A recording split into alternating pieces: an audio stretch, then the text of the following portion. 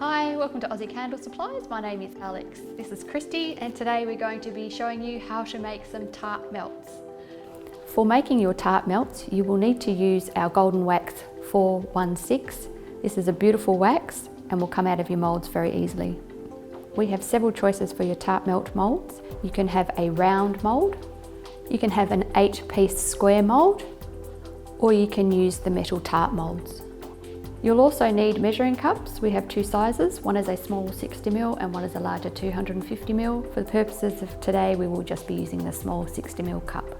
When making your melts, if you would like to colour your wax, you will need to choose some dye blocks. Today we are going to use a raspberry sorbet colour, which is a beautiful light shade of pink. These look gorgeous. What do we use these for? These are part of your selection of your tarts. Now you've got three choices. Yep. You can use your tart mould melt, so this will come out. These will then go, your finished product will go in the top of your oil burner.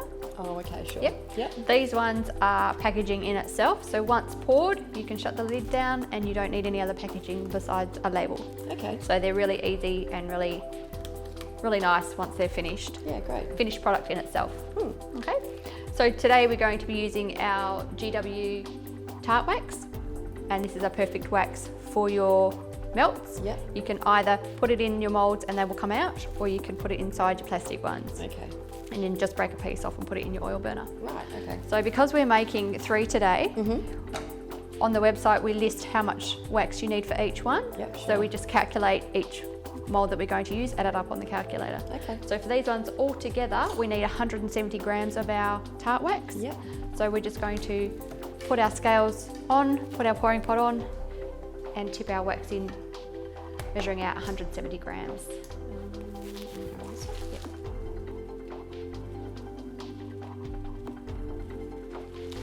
And 170, was 170 grams.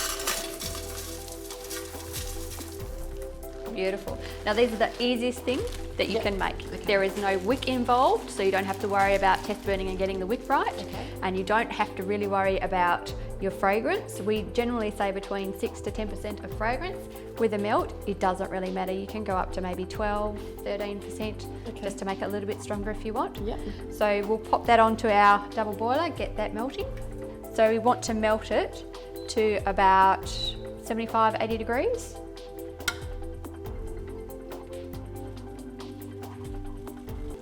And once it's melted, we'll then start adding our dye and our fragrance to it. Okay, great.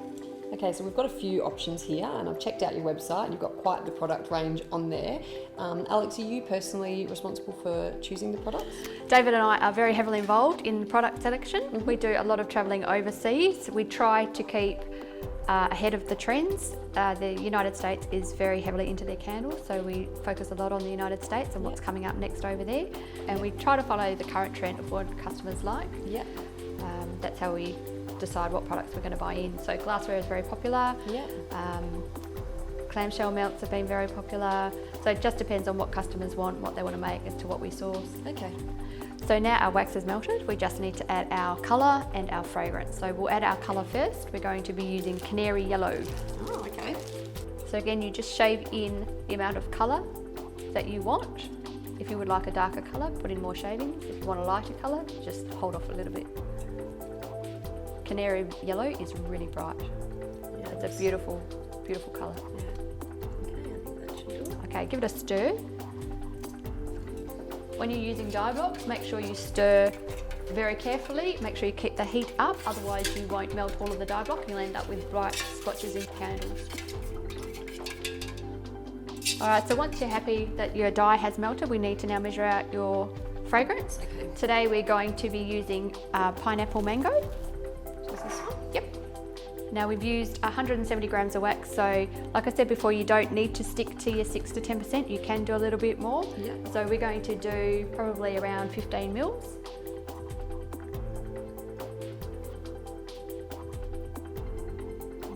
Beautiful. So you just pour that into your melted wax and give it a stir through. It smells delicious.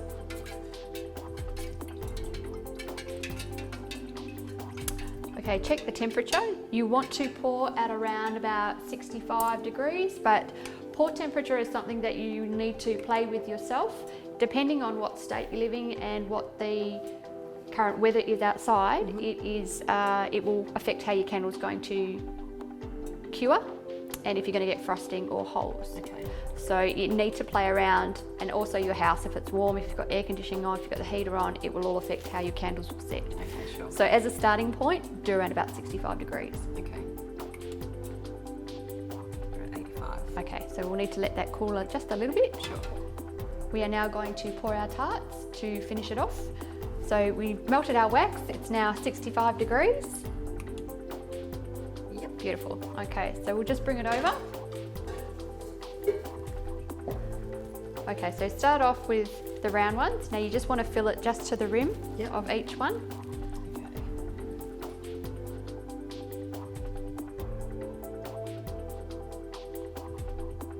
Beautiful.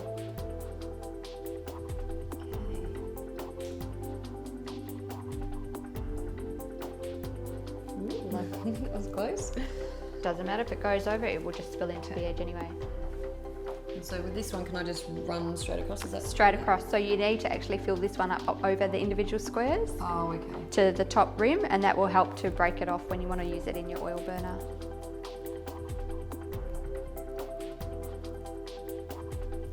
It also makes it look a little bit better if it's fuller rather than underfilling. No, you can keep going. Yep, keep going. Keep more. Beautiful.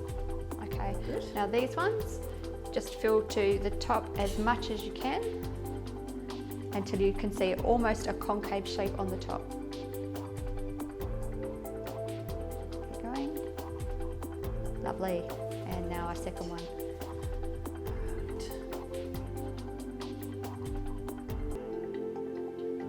Beautiful. Now if you have any excess, you can top up probably this one because it's still not to the very top.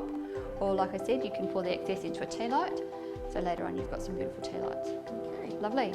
Great. That's it. Tart molds. Tart molds. They're Tart gorgeous. melts. So when they're dried, Yep. you can flip the lid over, put your label on it. There's your packaging done. Don't need anything else. For these ones, we do have a box on the website that you can sit your melts in. I think they fit four tart melts. Okay, and so these basically sit on the top of a tea light candle. Top of an oil burner. Oil burner? Yep, with the tea light in the middle. Yep. Okay. And they melt, and just a different alternative to a candle. Yeah, nice. Well, thank you, Alex. I've had a lot of fun today learning how to make tart melts. Great. Where can I share what I've made today? You can upload all of your pictures to our Instagram page, #Aussie Candles, Yep. or our Facebook page, Aussie Candle Supplies. Yep.